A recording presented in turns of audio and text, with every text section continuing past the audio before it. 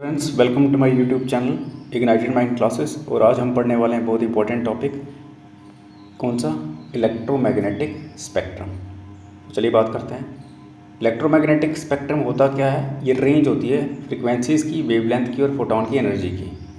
और ये कवर करती है फ्रिक्वेंसीज़ कहाँ से कहाँ तक? बिलो 1 हर्ट्ज़ से लेकर अबव 10⁻25 हर्ट्ज़।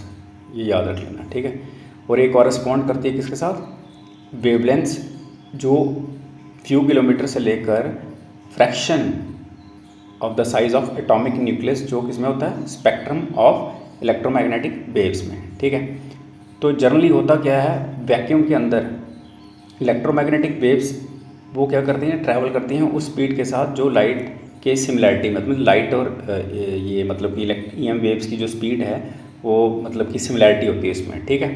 तो जबकि इनमें वाइड रेंज ऑफ वेवलेंथ होती है, फ्रिक्वेंसीज होती है और फोटॉन की एनर्जी होती है। इट मीन्स रेंज जो है वेवलेंथ की वो भी अलग होगी, फ्रिक्वेंसीज भी अलग होगी और फोटॉन की एनर्जीज भी अलग होगी। तो जो इलेक्ट्रोमैग्नेटिक स्पेक्ट्रम है ये कंसिस्ट करता है, इसमें स्पैन होता है इलेक्ट्रोमैग्नेटिक रेडिएशन का, जिसमें फर्दर क्या होता है? सब रेंजेस होती हैं, मतलब रेंजेस के बाद सब रेंजेस आ जाती हैं, जो कॉमनली हम इसको रेफ़र करते हैं पोर्शंस। और इनको हम फर्दर क्लासीफाई कर सकते हैं इंफ्रारेड रेडिएशन में, विजिबल लाइट में और यूवी रेडिएशन में, ठीक है। और जितनी भी ये रेंज है इलेक्ट्रोमैग्नेटिक स्पेक्ट्रम की अगर हम बात करें, इसमें रेडियो वेव्स हैं, माइक्रोवेव्स हैं, इंफ्रारेड है, विजिबल लाइट है, यूवी रेडिएशन है, एक्स रेज, गामा रेज और कॉस्मिक रेज हैं। इंक्रीजिंग ऑर्डर ऑफ फ्रिक्वेंसी में और डिक्रीजिंग ऑर्डर वेवलेंथ में, यानी कि जिसकी फ्रिक्वेंसी ज़्यादा उसकी वेवलेंथ कम, और जिसकी वेवलेंथ ज़्यादा उसकी फ्रिक्वेंसी कम, ठीक है।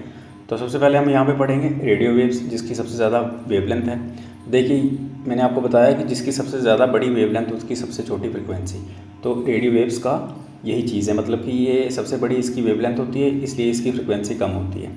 माइक्रो की सेकंड नंबर पे आ जाती है, इसकी स्लाइटली हायर फ्रिक्वेंसी होती है और शॉर्टर वेवलेंथ होती है, ठीक है, रेडियो वेव्स से, क्योंकि ये अभी इंक्रीजिंग ऑर्डर में इनकी फ्रिक्वेंसी चल रही है और डिक्रीजिंग ऑर्डर में वेवलेंथ। इंफ्रारेड रेडिएशन की बात करें, हायर फ्रिक्वेंसी होती है माइक्रोवेव से, लेकिन शॉर्टर वेवलेंथ होती है, तो ये डिक्रीजिंग ऑर्डर चल रहा है वेवलेंथ का।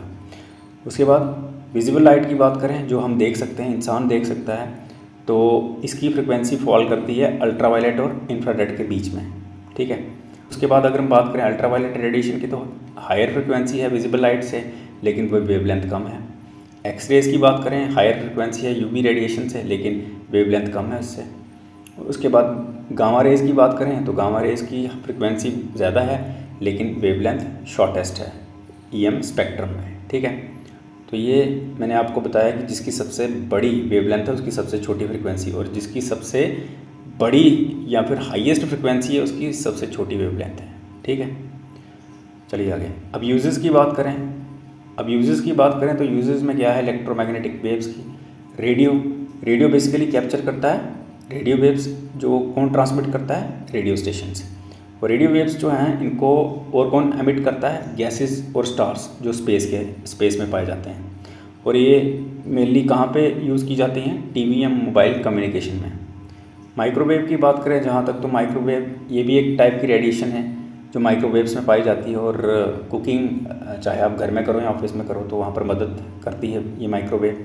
तो एस्ट्रोनॉमर इसको मतलब कि यूज़ करते हैं ये डिटरमाइन करने में और अंडरस्टैंड करने में, जो हमारे यहाँ पे यूनिवर्स में गैलेक्सीज, हमारे नियर बाय गैलेक्सीज हैं, उनका स्ट्रक्चर और स्टार्स का स्ट्रक्चर, ठीक है। आगे अगर हम बात करें इंफ्रारेड की, तो ये नाइट विजन गॉगल्स में लगाई जाती है। ये डिवाइसेस जो हैं वो रीड कर सकते हैं और कैप्चर कर सकते हैं इंफ्रारेड लाइट, जो कौन एमिट करता है? हमारी स्किन, और जो ऑब्जेक्ट्स हीट एमिट करते हैं। अगर हम स्पेस की बात करें, तो इंफ्रारेड लाइट जो है ये क्या करती है? इंटरस्टेलर डस्ट को मैप कर सकती है। उसके बाद अगर हम बात करें एक्सरे की, तो एक्सरे आप जानते हैं कि हॉस्पिटल में आप गए होंगे, तो एक्सरे वहाँ पे डॉक्टर क्या करता है? ये एक्सरे मशीन से इमेज लेता है आपके बोन की या टीथ की, ठीक है। तो एयरपोर्ट सिक्योरिटी पर्सनल जो है वो भी एक्सरे मशीन से मतलब कि चेकिंग करते हैं आपकी, ठीक है। तो ये कौन एमिट करता है इनको? हॉट गैसेस जो यूनिवर्स में पाई जाती हैं, ठीक है। उसके बाद अगर हम बात करें आगे गामा रे की, तो गामा रे क्या है? इसमें भी वाइड एप्लीकेशन है मेडिकल फील्ड में। गामा रे इमेजिंग जो है ये हमारे अंदर यानी कि बॉडी के अंदर देख सकती है, और यूनिवर्स जो है एंटायर यूनिवर्स, तो ये बिगेस्ट गामा रे जनरेटर है। ठीक है, अगर हम यूवी की अल्ट्रावायलेट की बात करें तो सन जो है ये main source of ultraviolet radiation है। तो ये स्किन बर्न करता है, हॉट मटेरियल जो स्पेस के अंदर पाए जाते हैं ये भी यूवी रेडिएशन एमिट करते हैं। उसके बाद अगर हम बात करें विजिबल लाइट की, तो विजिबल लाइट जो है ये हमारी आइज़ डिटेक्ट कर सकती हैं। लाइट बल्ब्स आ गए, स्टार्स आ गए, ये क्या करते हैं, एमिट विजिबल लाइट। स्पेक्ट्रोस्कोपी की बात करें तो ये एक टाइप की स्टडी होती है कि डिफरेंट इलेक्ट्रोमैग्नेटिक वेव्स कैसे इंटरेक्ट करती हैं किसके साथ, मैटर के साथ।